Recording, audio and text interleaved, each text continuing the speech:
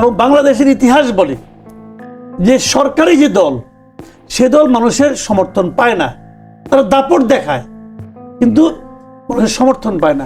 এরা দাপট দেখাচ্ছে, কিন্তু দাপট দেখাচ্ছে, আর্মি অফিসারের সঙ্গে মানে তর্ক করতেছে, বলতেছে, হুমকি দিচ্ছে, আর্মি চিফকে হুমকি দিচ্ছে, তারা অনেক রকম করতেছে, কিন্তু এতে কোনো লাভ হচ্ছে না। তো লাভ হবে না, কোনো মানুষ এই সমস্ত অধ্যত্ব পছন্দ করে না। এটা বাংলাদেশের মানুষের ক্যারেক্টার। মাস্তানকে মানুষ ভয় পায় কিন্তু ভালোবাসে না। যে ছাত্ররা বসিয়েছে, এই ছাত্ররা এরই মধ্যে এদেশের সাধারণ মানুষের কাছ থেকে আস্থা হারিয়েছে। কাজেই আস্থা হারানো কয়েকজন ছাত্র যারা এখন ডাক দিলে এক দেশের লোক হয় না। আস্থা হারালো কেন এই ছাত্ররা? আস্থা হারিয়ে তাদের চারিত্রিক দুর্বলতার কারণে। সিম্পল, এই প্রত্যেকটা ছাত্রকে দেশের মানুষ মাথায় করে রাখছিল এবং তারা আশা করেছিল এরা অনেক কিছু করবে, কিন্তু তারা বিভিন্ন কর্মকাণ্ডের মাধ্যমে তারা সে আস্থাটাকে ধরে রাখতে পারেনি। তারা নানা রকম এমন এমন সব কাজ করেছে যে কাজে তারা হয় ব্যাখ্যা দিতে পারে নাই, অথবা চুপ করে থাকছে, অথবা এড়িয়ে গেছে। এই সমস্ত কারণে সাধারণ মানুষের ওদের প্রতি আস্থা নাই। একের পর এক স্ক্যান্ডাল বেরোচ্ছে, অমুকের পিএস, অমুকের ব্যক্তিগত সহকারী, মানে 100 কোটি টাকা কোনো আলাপ নাই। আলাপ উঠলে 100 কোটি টাকা, 311 কোটি টাকা, 400 কোটি টাকা। সমন্বয়কদের নানা রকম ঘটনা। যে সমন্বয়ক এলাকার সে নিজে বলতো যে আমার পকেটে কোনো টাকা থাকে না, সে এখন বললো সে নাকি জমিদারি ছেলে, তার ফ্যামিলি নাকি জমিদার। আবার যে সমন্বয়ক বলতো যে আমার এলাকার সবচেয়ে যে মানে ভাঙা যে ঘরটা সেটা আমাদের ঘর, সে এখন তার অফিসের যে সমস্ত দৃশ্য দেখি আমরা, ওটা দেখে তো ভিমরি খাওয়ার অবস্থা। এই চেঞ্জটা কোত্থেকে আসে? একটা কথা মাথায় এখানে বলি আপনাকে, যে টাকা আছে না, টাকা, অর্থ, সম্পদ, এটা কখনো আসমানি উপায়ে আসে না। এটা পার্থিবভাবে অর্জন করতে হয়। হয় আপনি কারো কাছ থেকে পাবেন, অথবা নিজে উপার্জন করবেন। আসমানি উপায়ে যদি আসতো তাহলে আমাদের মহানবী খেজুর খেয়ে রোজা রাখতো না। আল্লাহ তার কিছু পাঠাই দিত যে আমার নবী আছে, তার এই খাবার দাবার পাঠাই দিই। উনি কেন কষ্ট করছেন? এটাই প্রমাণ। ওনার প্রত্যেকটা কর্মকাণ্ড কিন্তু মানুষের একটা উদাহরণ। এটা এভাবে হয় না রে ভাই। আর সব পিএসরা দুর্নীতিবাজ আর উপদেষ্টা সবাই ফেরেশতা, এটাও হয় না। যে এপিএস 311 কোটি টাকা চুরি করছে, আর ওনার যে উপদেষ্টা উনি কিছুই করেন না এখান থেকে, উনি একদম মানে কি বলবো, মানে একদম মানে পুত পবিত্র, এটা হয় না। এটা পৃথিবীর কেউ বিশ্বাস করবে না। এনসিপির পক্ষ থেকে 2টা বক্তব্য দেওয়া হচ্ছে এবং সরকারের পক্ষ থেকে বলা হচ্ছে যিনি এখন প্রধান উপদেষ্টার বিশেষ সহকারী প্রতিমন্ত্রী পদমর্যাদায় আছে আইসিটি মন্ত্রণালয়ের, তৈয়ব সাহেব, তিনিও একটি ফেসবুক স্ট্যাটাস দিয়েছেন এবং তিনি বলেছেন যে আতিক মোর্শেদ যার নামে অভিযোগ উঠছে সেগুলো আসলে কোনোটাই সত্য হিসেবে তিনি পাচ্ছেন না। আতিক মোর্শেদের বউ চাকরি করে না? জি। অসত্যর কি আছে? এখন কোশ্চেনটা হলো কি, আগের গভর্নমেন্টের আমলে অনেক আলোচনা হইতো। আগের গভর্নমেন্ট কিছু স্বীকার করতো? আগের গভর্নমেন্টের কোনো কর্মকর্তা স্বীকার করতেন? আগের গভর্নমেন্টের কোনো পিআরও মানে পাবলিক রিলেশনস অফিসার অথবা দায়িত্বপ্রাপ্ত কোনো ব্যক্তি কখনো স্বীকার করতেন এই যে আমি দুর্নীতি করেছি? এই সরকারের লোক তো স্বীকার করবেই না। ওনাকে তো দায়িত্ব দেওয়া হয়েছে এটা অস্বীকার করার জন্য। উনি তো এই কারণে বেতন পান। তৈয়ব সাহেব সম্বন্ধে আমি জানি, উনি মোটামুটি সৎ লোক বলে আমি জানতাম। কিন্তু উনি যখন এগুলি বলেন তখন মনে হয় যে না ঠিক আছে, উনি ওনার টাকাটাকে হালাল করতেছেন। উনি মনে করেছেন এই টাকাটা তাকে দেওয়াই হয়েছে, এগুলি কত সুচারুভাবে এটাকে অস্বীকার করা যায়, এটা করার জন্য। কোন দিন শুনছেন আপনি যে সরকারের লোক স্বীকার করে যে রেট হয়েছে? তুমি ওই কাজই করতেছেন ভাই। এইগুলি কোনো কথা না, এগুলি কোনো কথা। মানে ওই ভদ্রলোকের বউ তো চাকরি করে ভাই। জি। কিভাবে চাকরি করে? তো 25 তারিখে তার নিয়োগ হয়েছে, কিভাবে হয়েছে? কোনো ইন্টারভিউর মাধ্যমে হয়েছে? ইন্টারভিউর মাধ্যমে হয়েছে, তাহলে কিভাবে হইলো? তো ভাই এইগুলি পরে লাভ নাই। এই সমস্ত তারিয়ানের কাহিনী বলে পাবলিকরা আপনি বুঝ দিতে পারবেন না। জি, এগুলি বাস্তবতা। তো আমি যে কথাটা বলছিলাম মূলত আপনাকে, সেটা হলো গিয়ে যে আমরা চাই যে একটা ইলেকশন এখন হোক। এটা আমি চাই, আমি পার্সোনালি খুবই চাই। এখন ইলেকশন হওয়ার যে বাস্তবতাটা, সেই বাস্তবতাটা আপনাদের তৈরি করতে হবে। এই জন্যই আপনাকে ওখানে বসানো হয়েছে। আপনার উপদেষ্টা পরিষদকে কাজই হলো গিয়া একটা ইলেকশন কত দ্রুত সম্ভব দিয়ে দেওয়া। আপনাদের এত কষ্ট হচ্ছে কেন ইলেকশন দিতে? এত কষ্টটা কেন হচ্ছে? আপনি বলছেন সংস্কার করবেন, আপনি 10 মাসে কি সংস্কার করছেন বলেন? একটা ভয়ঙ্কর চাঁদাবাজি চলছে, দেশ জুড়ে চলছে। ঠিক আছে, এই চাঁদাবাজিটা কে করতেছে? বেশিরভাগ ক্ষেত্রে চাঁদাবাজিটা করতেছে বিএনপির লোকজন অথবা বিএনপির নামধারী লোকজন। এখন বলবেন যে হ্যাঁ, তাদের লোক সংখ্যা বেশি, সমর্থক বেশি, তারা তো এটা করতেই পারে। হ্যাঁ, করতে পারে, কিন্তু সাধারণ মানুষের মধ্যে এর কিন্তু একটা নেতিবাচক প্রভাব পড়ছে। এবং আজকে আমি একটা রিপোর্ট দেখলাম যে ঢাকা উত্তরে কতগুলি গরুর হাট, সবগুলি গরুর হাটের ইজারা পেয়েছে বিএনপির লোকজন। খেয়াল করেন, গাবতলী হাট নিয়ে একটা হইচই চলছে, ওইটাও চলছে একজন বিএনপির লোকজনের জন্য। তো এরা সবই তো বিএনপি পদধারী লোক। তো এই জিনিসটা কিন্তু মানুষের মধ্যে এক ধরনের নেতিবাচক প্রভাব ফেলতেছে। এই জিনিসটাকে বিএনপি ভয় পাচ্ছে, এই যতই দিন যাবে এটা বাড়তে থাকবে। কারণ এই লোকগুলো দলের কথা শুনতেছে না। দলের কেন্দ্রীয় নেতৃত্ব যেটা বলে, আবার দলের কেন্দ্রীয় নেতৃত্ব কোনটা এটাও বোঝা বড় কঠিন। লন্ডন থেকে এক কথা আসে, আবার এখানে যারা দলের নেতৃত্বে আছে এই লোকগুলি দলের প্রতি অথবা লন্ডনের সেই কেন্দ্রীয় নেতৃত্বের প্রতি অতটা অনুগত কিনা আমার সন্দেহ আছে। এদের আবার নিজস্ব একটা বলয় আছে, তারা ওটা মেনটেন করতে চায়। কাজেই একটা ঝামেলা আছে। তারা চাচ্ছে এই ঝামেলাগুলো মানে চূড়ান্ত একটা মানে বিস্ফোরণের অবস্থায় যাওয়ার আগে ইলেকশনটা হয়ে যায়। সোজা হিসাব। জামাতের হিসাবটা কি? জামাত প্রথম দিকে বেশি উৎসাহী হয়ে উঠছিল, পরে ধীরে ধীরে তারা দেখে তাদের আসলে ভোট অত বেশি নাই।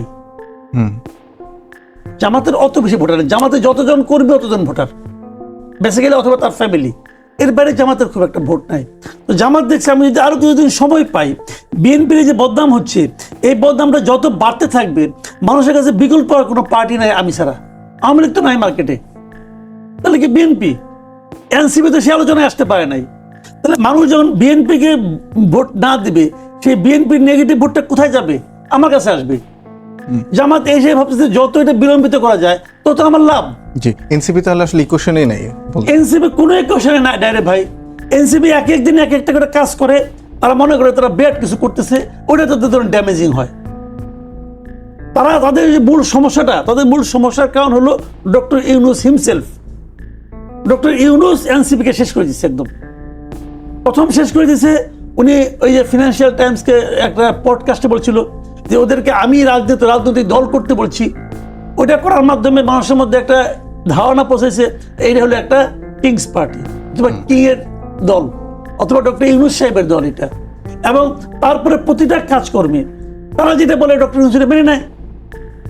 এই সমস্ত ঘটনার প্রেক্ষিতে মানুষের মনে আরো দৃঢ় মূল হয়ে গেছে যে এটা হলো আসলে ডক্টর ইউনূসের দল।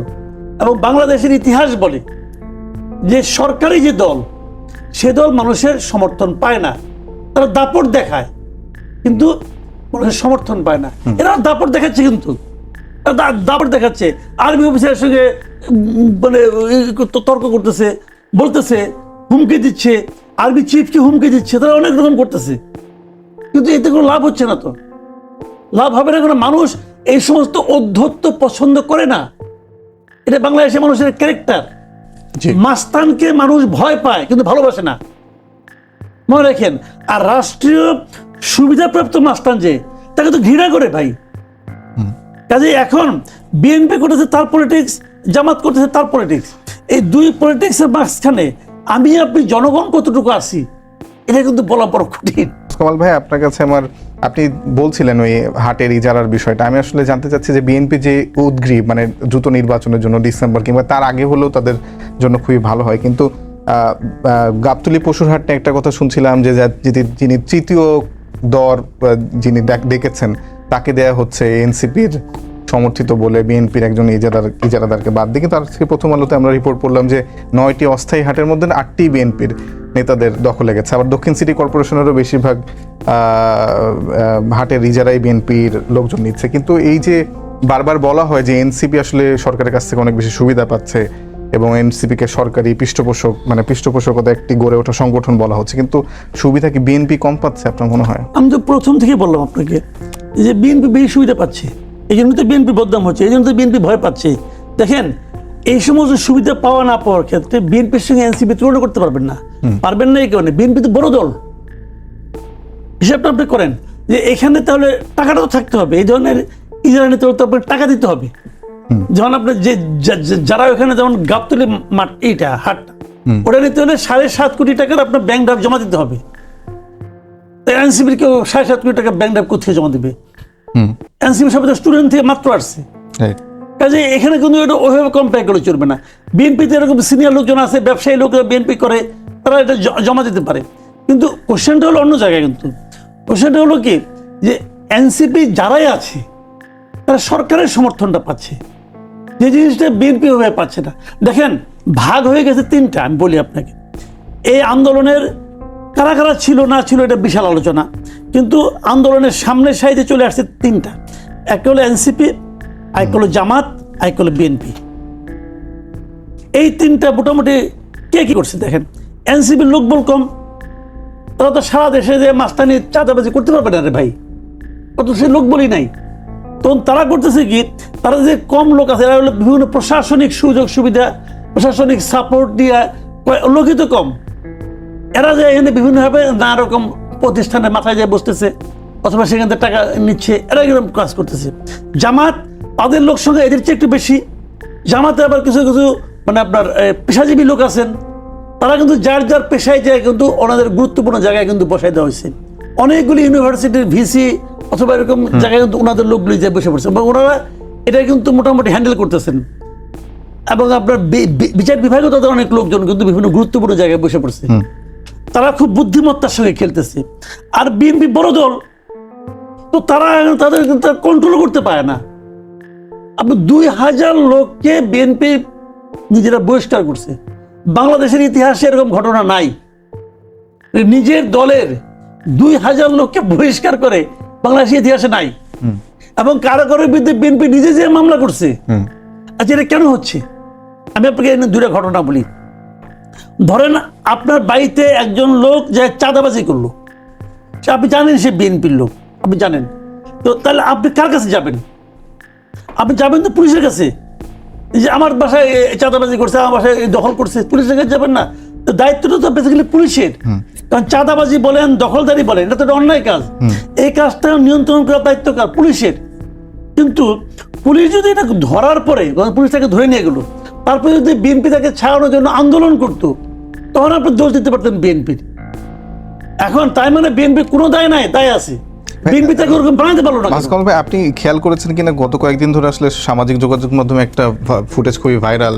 একজন নারীকে বিএনপির একজন নেতা, আদাবর থানার মধ্যে লেদু হাসান নামে বিএনপির একজন নেতা, তিনি বলছেন যে একবারে জেলে ভইরা দিমু, তারপরে হচ্ছে জীবন বরবাদ করে দিমু, এই ধরনের কথা বলছেন। মানে তিনি আসলে বিএনপি নেতা, তিনি একজন মানুষকে, যিনি মামলার একজন বাদী, একজন নারী, তাকে এই ধরনের হুমকি দিচ্ছেন। মানে প্রশাসনও কি আসলে এভাবে? আমি তো এটাই বললাম, জি, এটা হচ্ছেটা কি আসলে? আসলে হচ্ছেটা হলো কি, আমি এখন মানে যে কথাটা বলবো এটা হয়তো অনেকে পছন্দ হবে না। মূল ঘটনাটা হলো কি, প্রশাসন এগুলো হতে দিচ্ছে।